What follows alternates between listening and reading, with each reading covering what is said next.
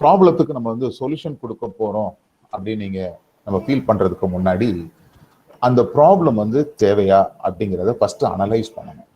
First thing நமக்கு என்ன பண்ணணும் அப்படின்னு சொல்லியாச்சுன்னா, இந்த ப்ராப்ளம் வந்து ரியலி இந்த ப்ராப்ளத்துக்கு சொல்யூஷன் தேவையா அப்படிங்கிறத ஃபர்ஸ்ட் திங்ல நம்ம அனலைஸ் பண்ணணும்.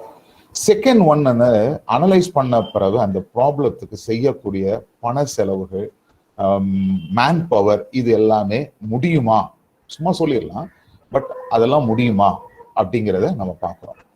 ஸோ ஈவன் தோ நம்ம கிட்ட பணம் பலம் இருக்குது, மேன் பவர் இருக்குது, இருந்தாலும் இதை இந்த சொசைட்டியில கொண்டு போய் சேர்க்க முடியுமா, வயபிளா இருக்குமா? இப்படி இந்த 3 சொல்யூஷன்ஸும் நமக்கு இருந்தது அப்படின்னா அதுதான் தட் யூஸ்ஃபுல் இன்ஃபர்மேஷன்ஸ். அந்த யூஸ்ஃபுல் இன்ஃபர்மேஷன்ஸை நம்ம கொண்டு போய் சேர்க்க முடியும். ஸ்டூடெண்ட்ஸ் நல்லா தெரிஞ்சுக்கிங்க, இன்னைக்கு உங்க மைண்ட்ல வந்து லாட் ஆஃப் சொல்யூஷன்ஸ் உங்க மைண்ட்ல இருக்குது, நிறைய சொல்யூஷன்ஸ் உங்க உள்ளத்துல வந்துட்டே இருக்குது. ஸோ ப்ராப்ளத்துக்கு சொல்யூஷன்ஸ் கொடுத்துட்டே இருக்கலாம். ஃபார் எக்ஸாம்பிள், சின்ன ஒரு எக்ஸாம்பிள் நான் சொன்னேன்னா, இன்னைக்கு ரெயின் வாட்டர், இன்னைக்கு ஸ்டாக்னன்ட் அங்கங்க நமக்கு இருக்குது.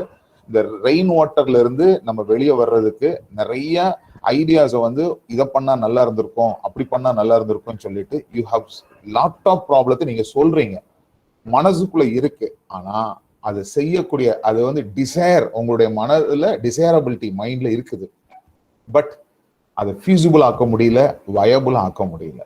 ஸோ அப்போனா நீங்க உங்க ப்ராப்ளத்துக்கு இந்த 3ஐயும் நீங்க சேர்ந்து ஆக்குனீங்கன்னா தட் இஸ் அ சக்சஸ். இதுதான் இந்த வீல் அப்படின்னு சொல்லுவாங்க, வீல் ஆஃப் இனோவேஷன்ஸ் அப்படின்னு சொன்னாங்கன்னா எல்லாமே இந்த 3 வீல்ல தான் இருக்குது. இந்த 3 வீல்குள்ள உள்ள சென்டர் பாயிண்ட் தான் இந்த சக்சஸ்க்கு நமக்கு போய் சேரும்.